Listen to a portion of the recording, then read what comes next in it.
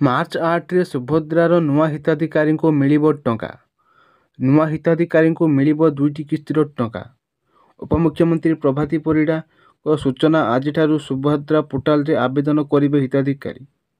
ମାସେ ପର୍ଯ୍ୟନ୍ତ ସୁଭଦ୍ରା ପୋର୍ଟାଲରେ କରିହେବ ଆବେଦନ। 21 ବର୍ଷ ହୋଇଥିଲେ କରିହେବ ସୁଭଦ୍ରା ଯୋଜନାରେ ଆବେଦନ।